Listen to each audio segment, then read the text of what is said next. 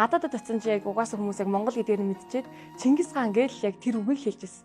Тэгээд түүнийгээ дагаад би яг өөрөө айгүй их бахарсан. Монгол хүн болоод төрсөн ямар азтай юм бэ гэж ялаад ирэнгүүт бүр илүү омгшоо айгүй гоё хэлсэн.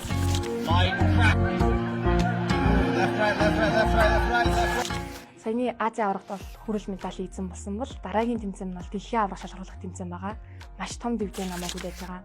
Олон хүний итгэл, сэтгэл, хайр хүндлэлийг хүлээсэн болохоор өшөө хичээгээд тэгээ Монгол улсынхаа төрийн далбааг заавал мандуулж төрийн доллоо эхлүүлэхийг сонсохыг хүсэж байна.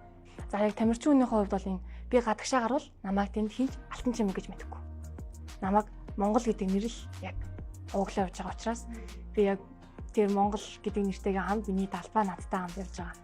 Тэр утгаараа их сайхан байсан. Тэгж хүмүүстэй өөрийгөө таньж байгаа. Хоёрдугаар төрийн далбаа гэдэг зүйл бол үнэхээр үнэт зүйл. Монгол хүн бүрийн нэг дотроо эрхэмлэн хайрлах зүйл. Бид нэр тусгаар дотнолоо яг сэргэн мандуулаад төрийн 5 бэлэгдэлтэй болсон. Тэрний нэг нь төрийн далбаа учраас. Тэнгүүд талаараа бас хүмүүс төрийн далбаанд ороо монголчууд бүгд нэгдэж чадна. Тэр нь үнэхээр сайхан.